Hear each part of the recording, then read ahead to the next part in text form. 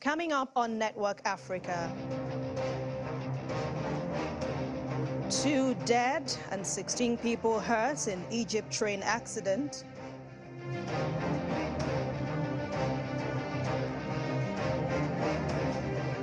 Eight killed in Cyclone Freddy's second assault on Madagascar.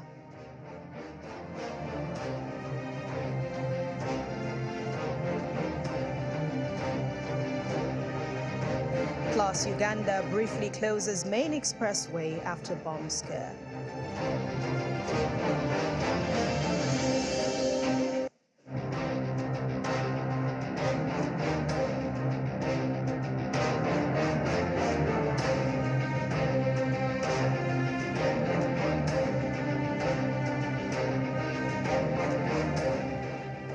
Hello and welcome to Network Africa. Thank you so much for joining us. I'm Anne Mwawadu.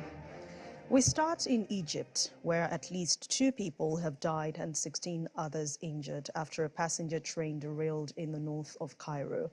The derailing happened as the train was traveling through the city of Qoilob on its way to the city of Menuf in the Nile Delta. Egypt's National Rail Authority specified that the accident occurred when a passenger train entering the area of the station went through a stop signal, leading to the derailment of the locomotive and the first carriage. About 20 ambulances have been dispatched to the scene and the injured have been transferred to nearby hospitals. A ministry statement says they are in a stable condition. The death toll from Cyclone Freddy's second assault on Madagascar has risen to 8 as it strengthened on its way to Mozambique. The UN's World Meteorological Organization is saying that Freddy, which originated off northwestern Australia in early February this year, is on track to become the longest tropical cyclone on record. More than 40,000 Malagasy also have been affected and more than 14,000 displaced since the cyclone returned to hit the island after following an unusual path. In total, at least 15 people have died in Madagascar since Freddy first hit at the end of February, bringing strong winds and torrential rains. 1 person is still missing and more than 1,000 homes have been destroyed. As of Tuesday afternoon, the cyclone was in Mozambique Channel, and that's about 250 kilometers northwest of the coastal city of Toliara, with winds gusts of up to 180 kilometers per hour. About 10 storms or cyclones across the southwestern Indian Ocean each year during the cyclone season, which runs from November to April. Uganda's police briefly closed a busy expressway this morning that connects the capital Kampala to the country's main airport, and after the security scare. According to tweets by police, a bomb squad was deployed to conduct an investigation along the Etembe Expressway before it was cleared for public use. Motorists were diverted to the old road that runs near the expressway until investigations ended and the normal traffic flow was restored. Police added that the suspicious object was removed and the highway had been reopened. One of the bodies in opposition to the Rwanda migrant plan is the charity Care for Cal in Uganda, which says that the government's proposal to stop anyone arriving illegally in Britain from staying will not stop migrants crossing the English Channel from Europe. Under pressure from its own lawmakers to find a solution to the flow of migrants arriving in Britain across the Channel from Europe, the British Prime Minister, Rishi Sunak, has made stopping small boats one of his 5 key priorities. Claire Moseley, a founder of the organization, is of the opinion that the new proposals would likely have little effect and it would not deter migrants from making the perilous journey across the Channel. She also suggested that the government's policy to deter people has not worked and it should offer migrants safe passage as a viable alternative. More than 45,000 people made the perilous crossing from France just last year, but asylum applications to the UK are below the European Union average, and that's according to official data. I think from our point of view, the most important question is what are the government trying to achieve for this? Because if they were trying to stop people crossing in small boats and stop people smugglers, there is a much more effective way to do that, which would be to give safe passage to refugees in Calais. And we have put this to them. We have said if they look for people who have a viable asylum claim and offered those people safe passage to the UK so that they could then make their claim in the UK, then that would remove 90% of the people smugglers' profits in one fell swoop. And we have precedent for this because we gave safe passage to Ukrainians. So we have a system that's up and running. It would be really easy to do. You wouldn't even need to agree anything with the French because we've got the system up and running. So there is a really easy way to stop the small boats, to get rid of the people smugglers. It could be literally done in 2 weeks. So against that background, why are they looking at these draconian measures that probably won't work? Because let's face it, the Rwanda plan didn't work. Since Rwanda was announced, more people than ever before have crossed in small boats. Who are genuine refugees should not be risking their lives to get to our country. And the scaremongering over the numbers is just that, scaremongering. People talk about 65,000 people possibly crossing the Channel next year as if that was the most terrifying thing that could happen. But actually, last year, we gave 230,000 visas to people from Ukraine and 150,000 to people from Hong Kong. So if we had to give 65,000 visas to people from the whole of the rest of the world next year, it would not break our country. And it would...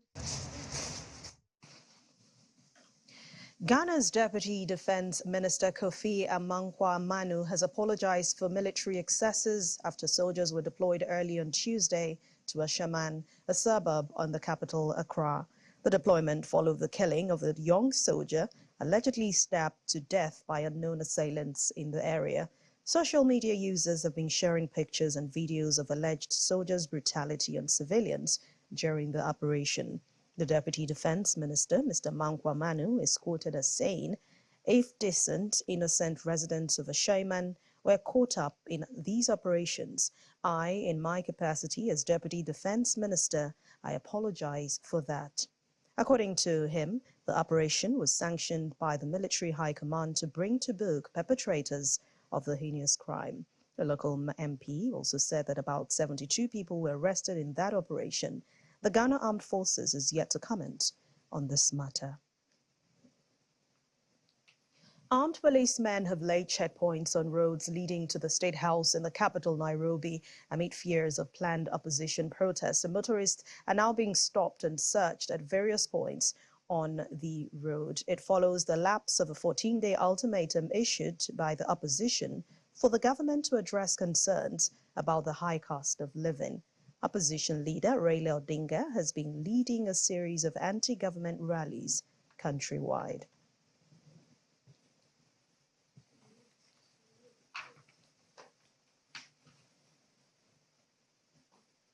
Let's head to the Eastern Democratic Republic of Congo now, where registering to vote can require a police escort. Members of Congo's Tutsi community say they are facing a campaign of threats and violence aimed at blocking them from an election later this year. In the DR Congo, registering to vote may be dangerous. That's if you're a member of the Tutsi community. Some Congolese Tutsis say a campaign of threats and violence is aimed at excluding them from an election later this year. This woman was hit with sticks and rocks by youths after she tried to sign up in the town of Yangezi. That's according to Philippe Ruhara, a local Tutsi representative in South Kivu province. Look at her arm. It's broken. Her face and her back also injured. They told her to go back home. This other one, they broke into her kiosk and threw stones at her house and promised to burn it down. Ruhara says members of his community, known as the Banyamulenge, had received anonymous leaflets warning them not to register. Tutsis have long faced discrimination in Congo because of their ethnic link to Rwanda's Tutsi community. Congo accuses Rwanda of seeking to destabilize its east by supporting the Tutsi-led M23 rebel group, but Rwanda has denied this.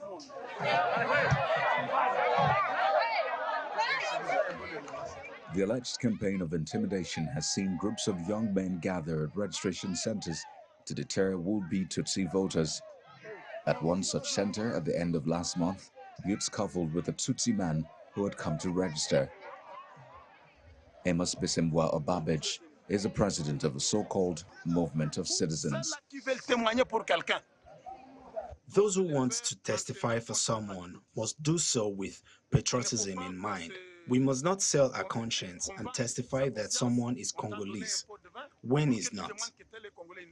But I insist, everyone who doesn't look the same as you is not necessarily a foreigner. Those who want to testify for someone must do so with patriotism in mind. We must not sell our conscience and testify that someone is Congolese when he's not. But I insist, everyone who doesn't look the same as you is not necessarily a foreigner. The United Nations has expressed concerns about hate speech in the run-up to Congo's election, particularly towards the Banyamulenge. Speaking to the UN Human Rights Council last month, President Felix Tshisekedi said the Congolese government stands firm against those engaging in such speech.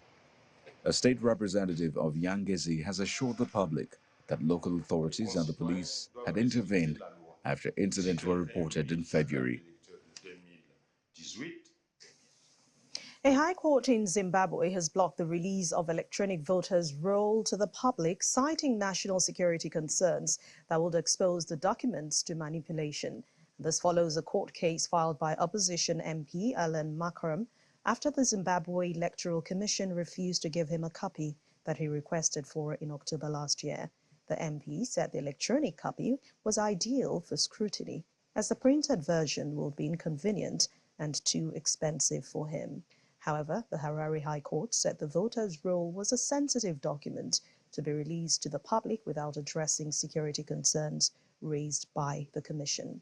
The court insists the Electoral Commission was mandated to protect the roll from manipulation and abuse. Zimbabwe is scheduled to hold general elections in July this year.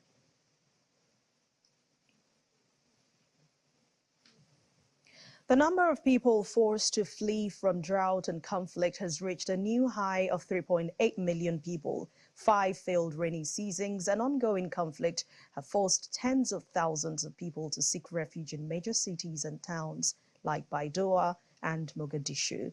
International aid agency in the country projects that about 300,000 people could be displaced by July this year.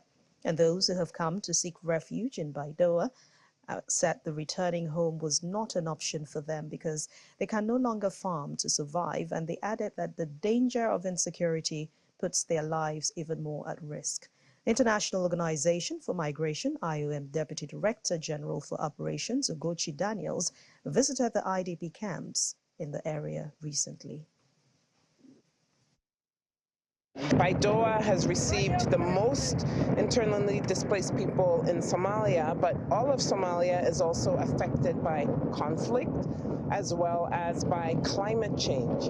And so in working with the government and working with the people here that we've been speaking to in Baidoa, it's about securing their future by making sure that they have land that they own and can live on safely without fear of eviction, that they have water, sustainable water supply, that they have access to livelihoods that are not so impacted by climate.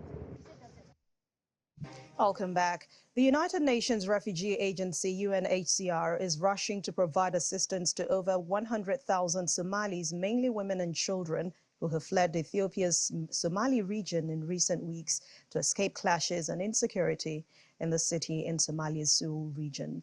With limited options, many newly arrived refugee families have resorted to sheltering in schools and other public buildings, while others have no choice but to sleep out in the open. Exhausted and traumatized, many of them arrive with very little, only taking what they could carry. The refugees are hosted in areas worst hit by drought and the impact of climate change. The UNHCR is now working with Ethiopian government refugees and returnees services and regional authorities, together with the UN and NGO partners, all to help set up temporary reception centers and provide immediate life-saving aid.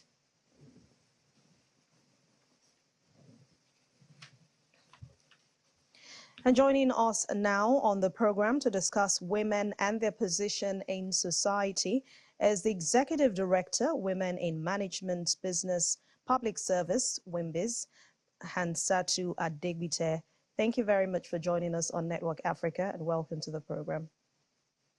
Thank you so much for having me. And happy International Women's Day. Yes. I actually wanted to say the same for all of you at Channels TV. Thank you. Now, would you say that women have made tremendous progress from the days of, maybe your days so far? What would you say regarding that? Well, initially, I would have said, yes, we have made tremendous progress, but it seems as if as we're moving forward, we're still also being pulled backward. There are significant progress in areas of business, even in politics, to be honest.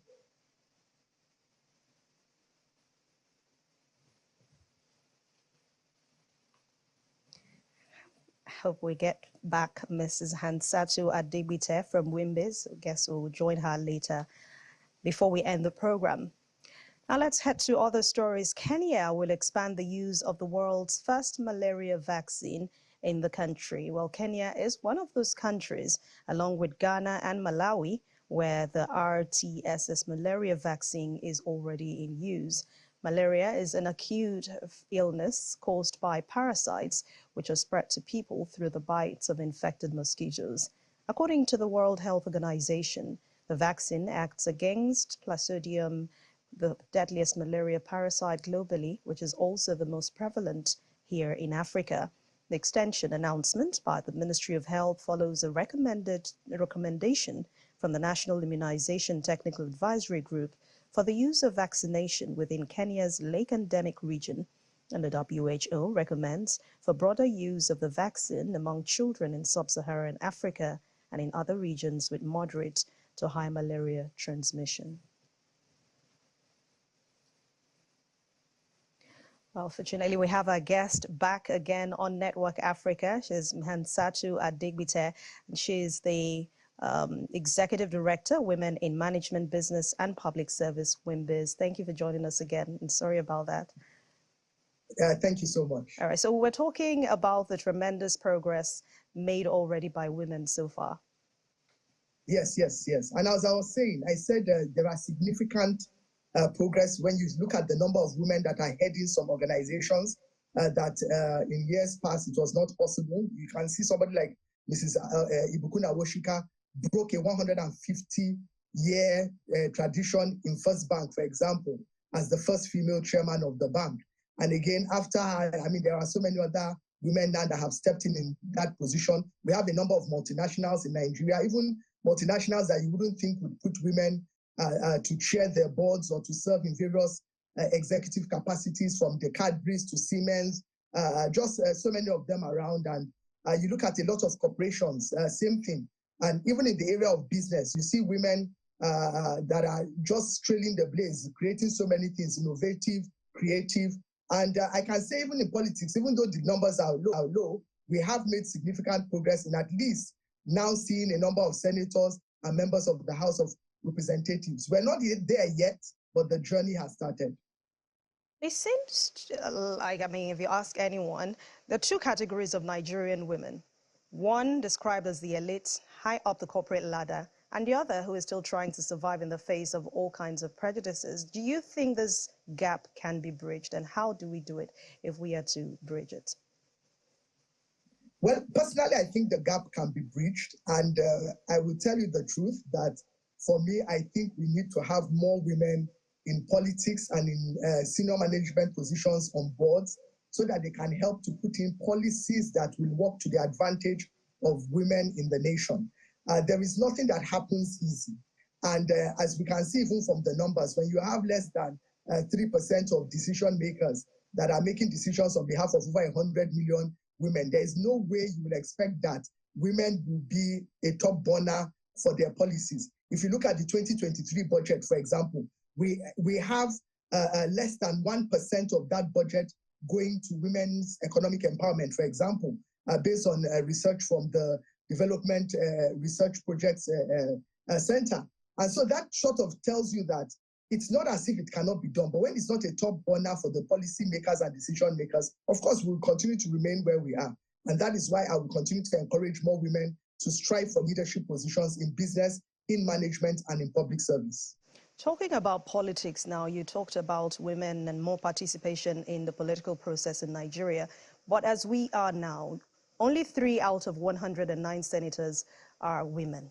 The number won't be much different even when you come to the House of Representatives. So it's like we're talking about deja vu right now. Do you think women are trapped when it comes to politics in this country?